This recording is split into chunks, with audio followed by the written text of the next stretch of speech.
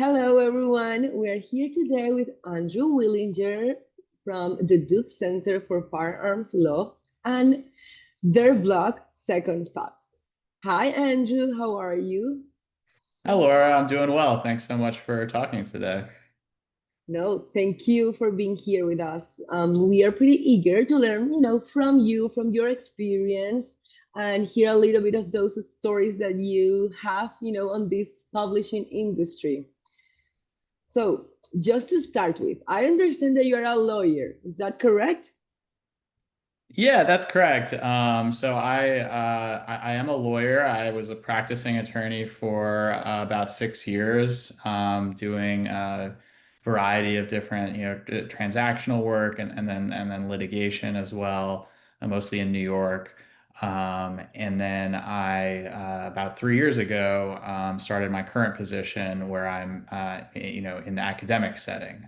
So I made that switch, and now I focus on constitutional law and specifically the Second Amendment and gun regulation. Got it, got it, got it. Okay. And can we ask what motivated you to start creating content or writing, pieces of articles? Yeah, absolutely. I mean, so for me, it's part of my job. So I joined Okay. the Center for Firearms Law when it was, I think about 2.5, 3 years old. So I'm the second executive director of the center, and shortly after the center was formed in I think 2019. Our blog started publishing, and so the idea is to have myself as the executive director, but also, guests who might be law professors, they might be practicing attorneys who have an interest in the subject matter, they might be students who have, taken a class and want to write something exploring some of those topics in more detail, to have them publish on the blog as well. So it's really a mix of posts from the center. Many of the posts I write, but then we also have a fair amount of guest content as well. Okay, got it. I didn't know that it came like with the job of being a lawyer, knowing how to write an article, or at least I didn't know that. So thank you for sharing. Um, okay, but you didn't like study anything related to writing or publishing, correct? Yeah, that's correct. I just have a law degree. I will say that it's not uncommon for, even law firms. Many law firms have blogs. So like the Yeah, yeah, yeah. blog format is actually pretty ubiquitous these days. And so, for a law firm, it's really a way of, potentially attracting clients, right? If a company sees a lawyer write a post about a area of law that they find, like the analysis is good, they might think about hiring that firm. For us, it's a little bit different. This is more of our sort of core work of what we do, trying to develop the scholarly field by putting out these posts. Awesome. Yes, yes, you're right. I've seen that. I've seen many like law firms with awesome blogs. We actually syndicate some of these fantastic blogs from some law firms or lawyers. But you are correct. They are trying to attract, some clients, some public that may be interested in their service. At the end of the day, what you're doing is kind of different, right? Because you are serving the community with your writing work. Is that correct? Like, can you tell us a little bit of the purpose of this second thoughts blog of the center? Yeah, yeah, absolutely. So to take a step back a little bit, so the Center for Firearms Law really has two primary objectives. So the first thing that we do is try to grow the field within the academy. So basically, try to get more professors thinking about Second Amendment issues, writing articles about these topics, teaching classes at law schools across the country.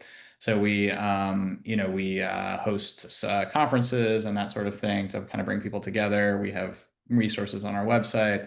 And then the other main objective is to just compile and make available materials that people can use, whether it's a professor, whether it's somebody who practices in this area, a student, a judge, a judge's clerk, really anybody who's thinking about these issues that they can use to get up to speed on this area of law, and have the expertise that they need. And so the blog is a big part of that. We try to cover important developments with the case law so people can stay up to date on what's going on. Okay, awesome. And Andrew, I noticed in the blog that you write many of these articles. So where do you do your research for this content creation process? Yeah, so a lot of it, for me at least, is just monitoring very closely what courts are doing across the country. So Yes. I have alerts set up. I know a lot of people in the field by now, so sometimes they'll just tell me when big decisions come down or we're expecting a decision, and that's a lot of how I kind of come up with topics to write about. A lot of it is just covering.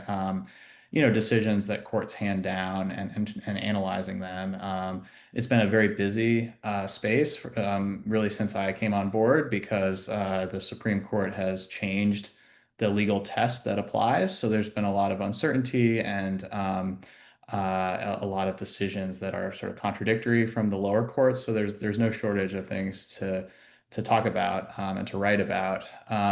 But it is broader than that too. So sometimes I'll look at the legislative side of things and kind of what state legislatures are doing with regard to firearms. Sometimes I'll look more at the historical context of a certain type of regulation. But yeah, that's generally the process, is just kind of monitoring what's in the news, Going on. what's going on, and then writing posts about those topics. Got it. Got it. Okay.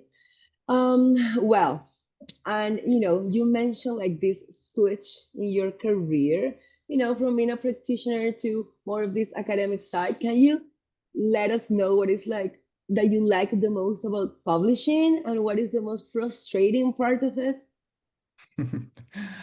Yeah, absolutely. So I mean, I find it very rewarding whenever we hear from people who use the blog as a resource. I think it can be a little bit of an isolating thing because sometimes you're just putting the content out there and you don't hear anything. But then, when you do have people email you or even just tell you in person, like, hey, I read the blog all the time and I find it super helpful, which we get a fair amount of that. It's always very rewarding to hear that people are that's actually useful, to people, whether it's another scholar or a practitioner. We hear a lot from government attorneys who use the blog and use some of these posts to help navigate what's going on with the changing case law. So that's always very rewarding. As far as like what's frustrating about it, I don't know. I mean, I think just we publish on a pretty regular timeline, so just making sure you always have enough content in the pipeline to run the posts. Yeah, we try to do 3 times a week. So that can be if there's not something that I already have in mind to write about, it can be a little bit of pressure. But in general, I really enjoyed the blog, and I think it's a good format to reach people because it's the posts are short enough that it doesn't require somebody to set aside like an hour. They can see the email and maybe spend 5 minutes scanning it, and they get a sense of what's going on. Well, thank you for all of this. We know that this is a very important topic to be talking about, so you're doing such a good job on it. Well, just have a couple of other questions regarding the future, let's say, of the blog. Um, so I wanted to ask you, do you like right now what you want the most is to reach people, like the most people out there? That's what you're aiming for? Yeah, I mean, I think that's generally right. I mean, it's by definition kind of a niche topic area. So, I mean, we don't, we're not necessarily writing for it's Millions. really people who have a law degree or have like a specific interest in this area. But that being said, I think for the foreseeable future, Second Amendment and firearms will be a big part of the Supreme Court's docket, for example. So it's going to be an issue that I think continues to get some coverage just in the mainstream media. And so I do think we're hoping to capitalize on that and reach more people. And then in terms of kind of syndicating the content and having it available, not just through our website, but otherwise, that the legal industry is interesting because as I'm sure you know, there are really two big databases that lawyers use, Lexis and Westlaw. And so a lot of times, if you're a judge or a lawyer, that's gonna be the first place that you go, and it may be the last place that you go to do your research. So it's important to, I think, to have we think our content is valuable to those groups. So to have it available through those databases where most of the legal research is occurring, I think is a big opportunity. Awesome. You're right. Absolutely right. Okay. And my last question for you will be about Newstex. Like what made you trust us to syndicate your blog with us? Yeah, I mean, again, it's sort of for us mostly about reaching those two databases that are the primary legal research databases. So the fact that Newstex has some of those relationships is really valuable to us and important. And then I mean it's just been a pretty seamless process, which I appreciate because again I have to spend most of my time actually writing the content. So to have a company handle that syndication is helpful.